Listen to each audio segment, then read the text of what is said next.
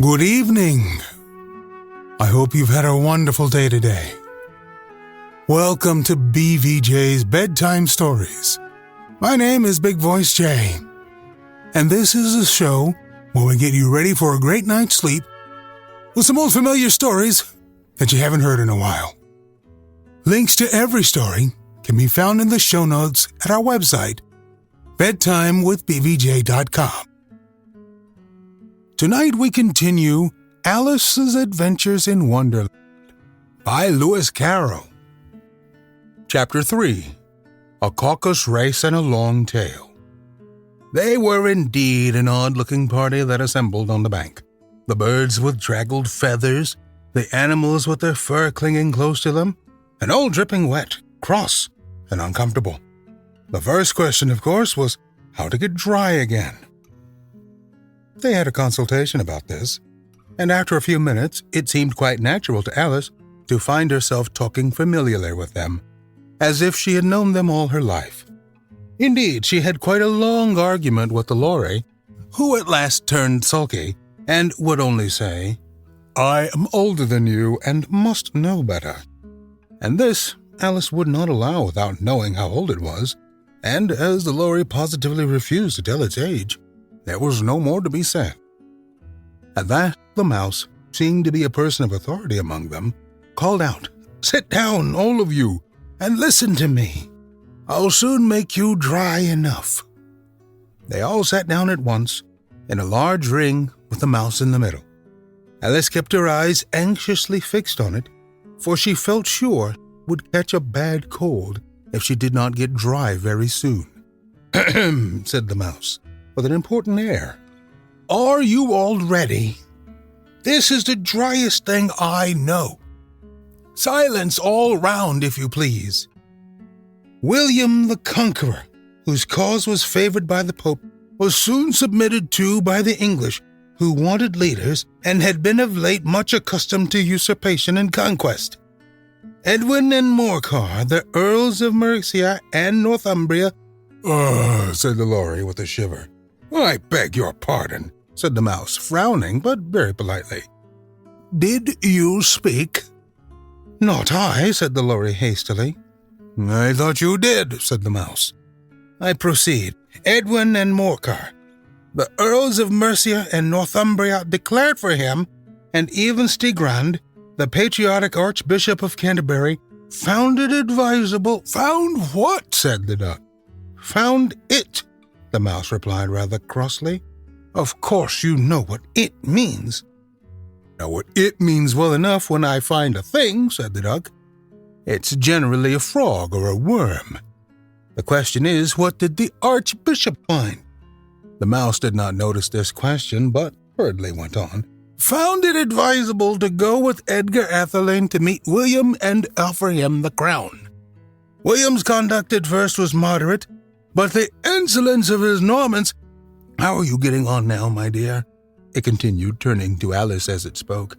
"As wet as ever," said Alice in a melancholy tone. "It doesn't seem to dry me at all."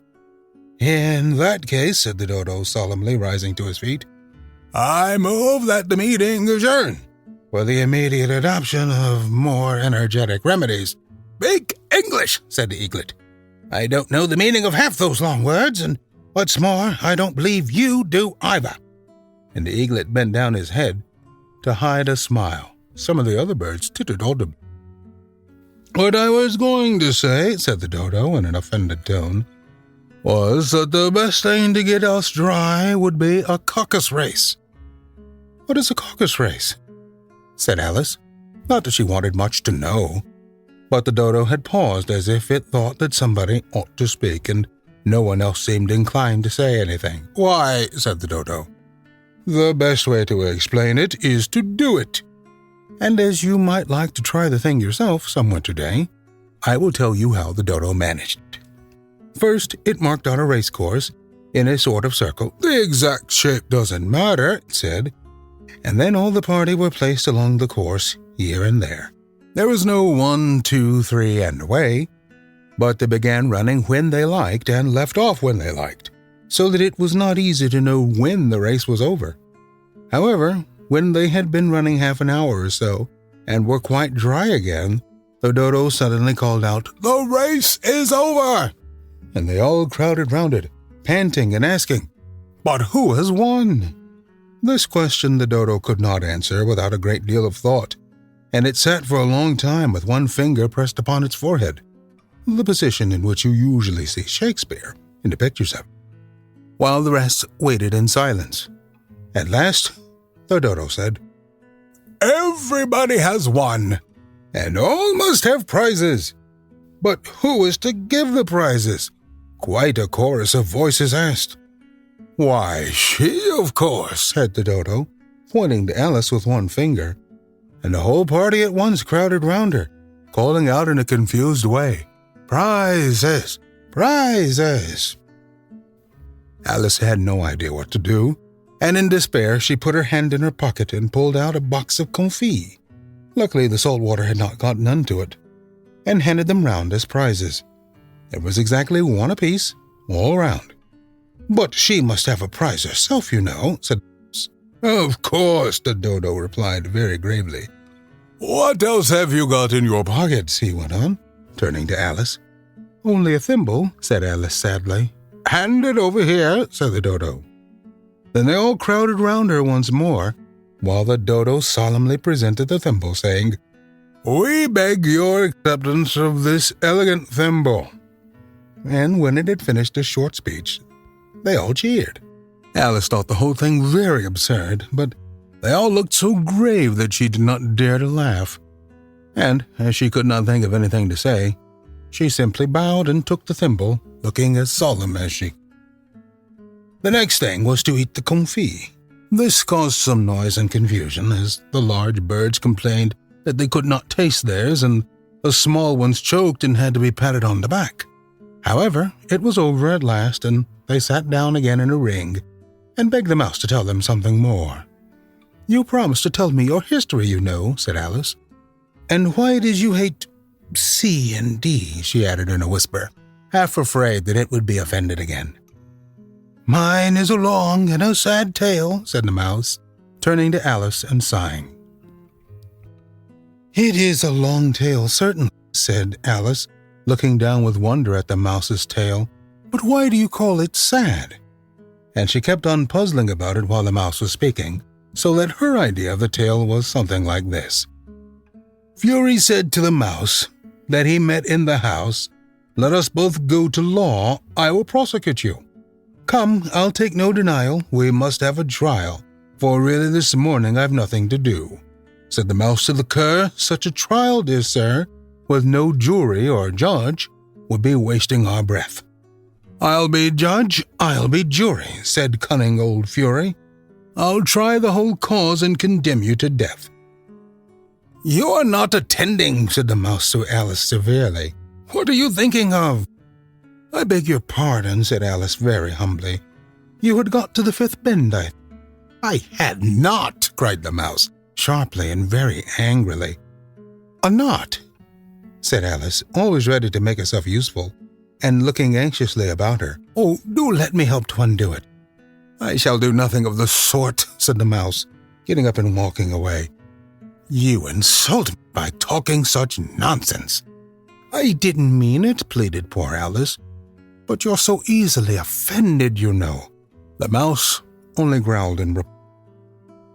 'Please come back and finish your story,' Alice called after it, and the others all joined in chorus. 'Yes, please do.' But the mouse only shook his head impatiently and walked a little quicker. 'What a pity it wouldn't stay,' sighed the lory as soon as it was quite out of sight. And an old crab took the opportunity of saying to her daughter, 'Ah, my dear, let this be a lesson to you, never to lose your temper.' 'Hold your tongue, Ma,' said the young crab, a little snappishly.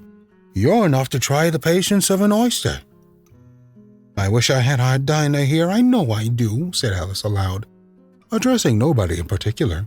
'She'd soon fetch it back.' 'And who is Dinah, if I might venture to ask the question?' said the lory.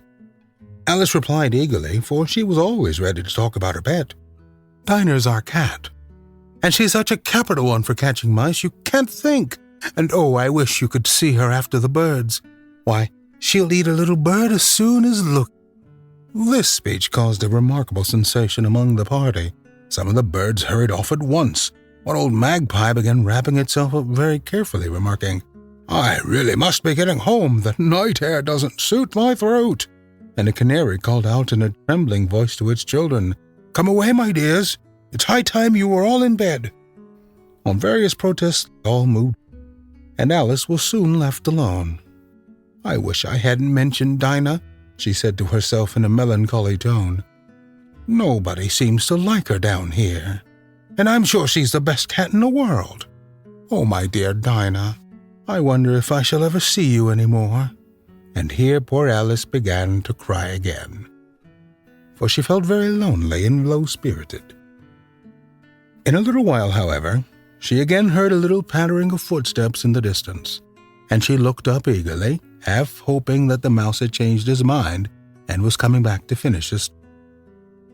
Chapter 4. Rabbit Sends in a Little Bill. It was the White Rabbit, trotting slowly back again, and looking anxiously about as it went, as if it had lost something, and she heard it muttering to itself, "The Duchess, the Duchess! Oh, my dear paws, oh, my fur and whiskers! She'll get me executed, as sure as ferrets are ferrets! Where can I have dropped them, I wonder?" Alice guessed in a moment that it was looking for the fan and a pair of white kid gloves, and she very good-naturedly began hunting about for them, but they were nowhere to be seen. Everything seemed to have changed since her swim in the pool, and the great hall with the glass table and the little door had vanished completely. Very soon the rabbit noticed Alice as she went hunting about, and called out to her in an angry tone, "Why, Marianne, what are you doing out here? Run home this moment and fetch me a pair of gloves and a fan, quick now!" And Alice was so much frightened that she ran off at once in the direction it pointed, without trying to explain the mistake. "He took me for his housemaid," she said to herself as she ran. "How surprised he'll be when he finds out who I am. But I'd better take him his fan and gloves. That is, if I can find them." As she said this, she came upon a neat little house, on the door of which was a bright brass plate with the name W. Rabbit engraved upon it. She went in without knocking and hurried upstairs, in great fear lest she should meet the real Marianne, and be turned out of the house before she had found the fan and gloves. "How odd it seems," Alice said to herself, "to be going messages for a rabbit. I suppose Dinah will be sending me on messages next." And she began fancying the sort of thing that would happen. "Miss Alice, come here directly and get ready for your walk." "Coming in a minute, nurse, but I've got to see that the mouse doesn't get out. Only I don't think," Alice went on, "that they'd let Dinah stop in the house if it began ordering people about like that." By this time, she had found her way into a tidy little room with a table and a window, and on it, as she had hoped, a fan and 2 or 3 pairs of tiny white kid gloves. She took up the fan and the gloves, and was just going to leave the room when her eye fell on a little bottle that stood near the looking-glass. There was no label this time of the words "Drink me," but nevertheless she uncorked it and put it to her lips. "I know something interesting is sure to happen," she said to herself, "whenever I eat or drink anything. So I'll just see what this bottle does. I do hope it'll make me grow large again, for really I'm quite tired of being such a tiny little thing." It did so indeed, and much sooner than she had expected. Before she had drunk half the bottle, she found her head pressing against the ceiling, and had to stoop to save her neck from being broken. She hastily put down the bottle, saying to herself, "That's quite enough. I hope I shan't grow any more. As it is, I can't get out of the door. I do wish I hadn't drunk quite so much." Alas, it was too late to wish that. She went on growing, and very soon had to kneel down on the floor. In another minute there was not even room for this, and she tried the effect of lying down with one elbow against the door and the other arm curled round her head. Still she went on growing, and as a last resource, she put one arm out of the window and one foot up the chimney, and said to herself, "Now I can do no more. Whatever happens, what will become of me?" Luckily for Alice, the little magic bottle had now had its full effect, and she grew no larger. Still, it was very uncomfortable, and as there seemed to be no sort of chance of her ever getting out of the room again, no wonder she felt unhappy. It was much pleasanter at home, thought poor Alice, when one wasn't always growing larger and smaller and being ordered about by mice and rabbits. I almost wish I hadn't gone down that rabbit hole. And yet, it's rather curious, this sort of life. I do wonder what can have happened to me. When I used to read fairy tales, I fancied that kind of thing never happened. And now here I am, in the middle of one. There ought to be a book written about me, there ought. And when I grow up, I'll write one. But I'm grown up now, she added in a sorrowful tone. At least there's no room to grow up any more here. But then, thought Alice, shall I never get any older than I am now? That'll be a comfort one way, never to be an old woman. But then, always to have lessons to learn. Oh, I shouldn't have that. Oh, you foolish Alice, she answered herself. How can you learn lessons in here? Why, there's hardly room for you, and no room at all for any lesson books. And so she went on, taking first one side and then the other, and making quite a conversation of it altogether. But after a few moments, she heard a voice outside, and stopped to listen. Marianne, said the voice, fetch me my gloves this moment. Then came a little pattering of feet on the stairs. Alice knew it was the rabbit coming to look for her, and she trembled till she shook the house, quite forgetting that she was now about 1,000 times as large as the rabbit, and had no reason to be afraid of it. Presently the rabbit came up to the door, and tried to open it, but as the door opened inwards, and Alice's elbow was pressed hard against it, that attempt proved a failure. Alice heard it say to itself, Then I'll go around and get in at the window. That you won't, thought Alice, and after waiting till she fancied she heard the rabbit just under the window, she suddenly spread out her hand and made a snatch in the air. She did not get hold of anything, but she heard a little shriek and a fall, and a crash of broken glass, from which she concluded that it was just possible it had fallen into a cucumber frame or something of the sort. Next came an angry voice, the rabbit's.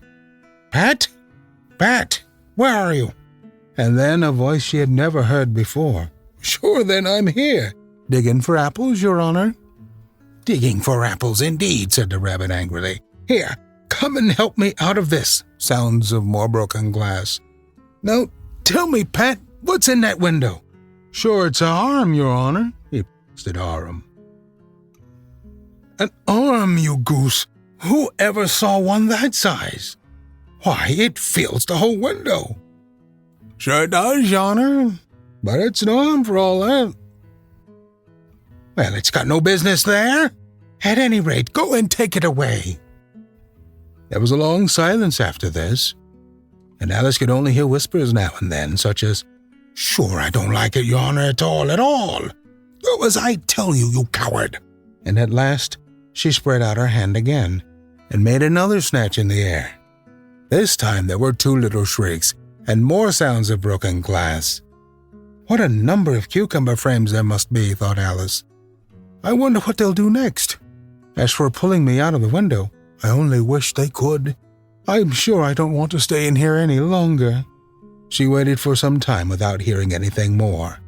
At last came a rumbling of little cartwheels, and the sound of a good many voices all talking together. She made out the words, Where's the other ladder? Why, I hadn't to bring but one. Bill's got... Bill, fetch it here, lad. Here, put 'em up at this corner. No, tie 'em together first. They don't reach half high enough yet. Oh, they'll do well enough, don't be particular. Here, Bill, catch hold of this rope. Will the roof bear? Mind that loose slate. Oh, it's coming down. It's below. A loud crash. Now, who did that? It was Bill, I fancy. Who's to go down the chimney? Nay, I shan't. You do it. And I won't then. Bill's to go down. Here, Bill. The master says you're to go down the chimney. Oh, so Bill's got to come down the chimney, has he? Said Alice to herself. Shy, they seem to put everything upon Bill. I wouldn't be in Bill's place for a good deal. This fireplace is narrow, to be sure, but I think I can kick a little." She drew her foot as far down the chimney as she could, and waited till she heard a little animal, she couldn't guess of what sort it was, scratching and scrambling about in the chimney close above her. Then, saying to herself, "This is Bill," she gave one sharp kick and waited to see what would happen next. The first thing she heard was a general chorus of, "There goes Bill!" Then the rabbit's voice along, "Catch him, you by the hedge!" Then silence. Then another confusion of voices. "Hold up his head! Brandy now! Don't choke him! How was it? What happened to you? Tell us all about it!" Last came a feeble, squeaking voice. "That's Bill," thought Alice. "Well, I hardly know. No more, thank ye, I'm better. But I'm a deal too flustered to tell you. All I know is something comes at me like a jack-in-a-box, and off I go like a skyrocket." "So you did, old fellow," said the others. "We must burn the house down," said the rabbit's voice. And Alice called out as loud as she could, "If you do, I'll set Dinah at you." There was a dead silence instantly, and Alice thought to herself, "I wonder what they'll do next. If they had any sense, they'd take the roof off." After a minute or two, they began moving about again, and Alice heard the rabbit say, "A barrowful will do to begin with." "A barrowful of what?" thought Alice. But she had not long to doubt, for the next moment a shower of little pebbles came rattling in at the window, and some of them hit her in the face. "I'll put a stop to this," she said to herself, and shouted out, "You'd better not do that again," which produced another dead silence. Alice noticed with some surprise that the pebbles were all turning into little cakes as they lay on the floor, and a bright idea came into her head. "If I eat one of those cakes," she thought, "it's sure to make some change in my size, and as it possibly can't make me any larger, it must make me smaller, I suppose." So she swallowed one of the cakes, and was delighted to find that she began shrinking directly. As soon as she was small enough to get through the door, she ran out of the house and found quite a crowd of little animals and birds waiting outside. The poor little lizard, Bill, was in the middle, being held up by 2 guinea pigs, who were giving it something out of a bottle. They all made a rush at Alice the moment she appeared, but she ran off as hard as she could, and soon found herself safe in a thick wood. "The first thing I've got to do," said Alice to herself as she wandered about in the wood, "is to grow to my right size again. And the second thing to do is to find my way into that lovely garden. I think that will be the best plan." It sounded an excellent plan, no doubt, and very neatly and simply arranged. The only difficulty was that she had not the smallest idea how to set about it. And while she was peering about anxiously among the trees, a little sharp bark just over her head made her look up in a great hurry. An enormous puppy was looking down at her with large round eyes and feebly stretching out one paw, trying to touch her. "Poor little thing," said Alice in a coaxing tone, and she tried hard to whistle to it, but she was terribly frightened all the time at the thought that it might be hungry, in which case it would be very likely to eat her up in spite of her coaxing. Hardly knowing what she did, she picked up a little bit of stick and held it out to the puppy, whereupon the puppy jumped into the air off all its feet at once with a yelp of delight, and rushed at the stick and made believe to worry it. Then Alice dodged behind a great thistle to keep herself from being run over, and the moment she appeared on the other side, the puppy made another rush at the stick and tumbled head over heels in its hurry to get hold of it. Then Alice, thinking it was very like having a game of play with a cart horse, and expecting every moment to be trampled under its feet, ran round the thistle again. Then the puppy began a series of short charges at the stick, running a little way forward each time and a long way back, and barking hoarsely all the while, till at last it sat down a good way off, panting, with its tongue hanging out of its mouth and its great eyes half shut. This seemed to Alice a good opportunity for making her escape, so she set off at once, and ran till she was quite tired and out of breath, until the puppy's bark sounded quite faint in the distance. "And yet what a dear little puppy it was," said Alice, as she leaned against a buttercup to rest herself and fanned herself with one of the leaves. "I should have liked teaching it tricks very much if I'd only been the right size to do it. Oh dear, I'd nearly forgotten that I've got to grow up again. Let me see. How is it to be managed? I suppose I ought to eat or drink something or other, but the great question is, what?" The great question certainly was, what? Alice looked all around her at the flowers and at the blades of grass, but she did not see anything that looked like the right thing to eat or drink under the circumstances. There was a large mushroom growing near her, about the same height as herself, and when she had looked under it, and on both sides of it, and behind it, it occurred to her that she might as well look and see what was on the top of it. She stretched herself up on tiptoe and peeped over the edge of the mushroom, and her eyes immediately met those of a large blue caterpillar that was sitting on the top with its arms folded, quietly smoking a long hookah and taking not the smallest notice of her or of anything else. We'll continue our story on our next episode. Thank you so much for listening. Good night. Diamond Club hopes you have enjoyed this program.